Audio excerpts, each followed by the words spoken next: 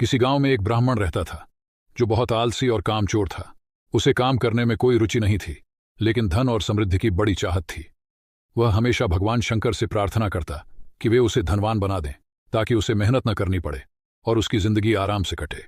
हर दिन मंदिर जाकर भगवान शंकर से यही याचना करता, परंतु बिना किसी मेहनत के कुछ हासिल नहीं हुआ। एक दिन ब्राह्मण ने ठान लिया कि वह भगवान शंकर को प्रसन्न करके ही रहेगा। वह भगवान शंकर की कठोर तपस्या करने लगा।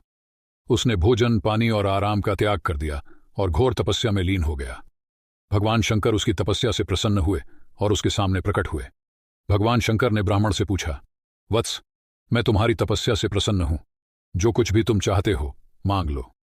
ब्राह्मण ने तुरंत कहा, हे महादेव, मुझे धनवान बना दो ताकि मुझे जीवन भर कोई काम न करना पड़े। भगवान शंकर मुस्कुराए और बोले, तुम्हारी इच्छाएं पूरी होंगी, लेकिन तुम्हें मेहनत भी करनी होगी। ब्राह्मण ने सोचा कि भगवान उसे बिना मेहनत के ही सब कुछ देंगे, लेकिन ऐसा नहीं हुआ। भगवान शंकर ने उसे एक बगीचे की देखभाल का काम सौंपा और कहा कि अगर वह इसे अच्छे से करेगा तो उसे धन प्राप्त होगा।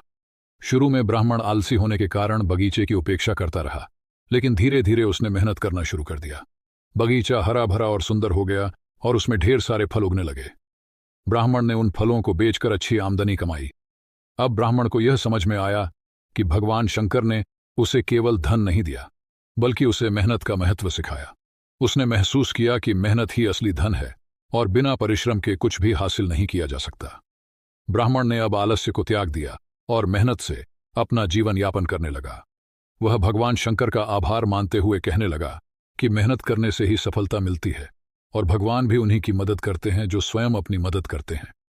इस प्रकार भगवान शंकर ने ब्राह्मण को एक महत्वपूर्ण जीवन पाठ सिखाया कि आलस्य जीवन को दुखी बनाता है, जबकि परिश्रम जीवन में समृद्धि और संतोष लाता है।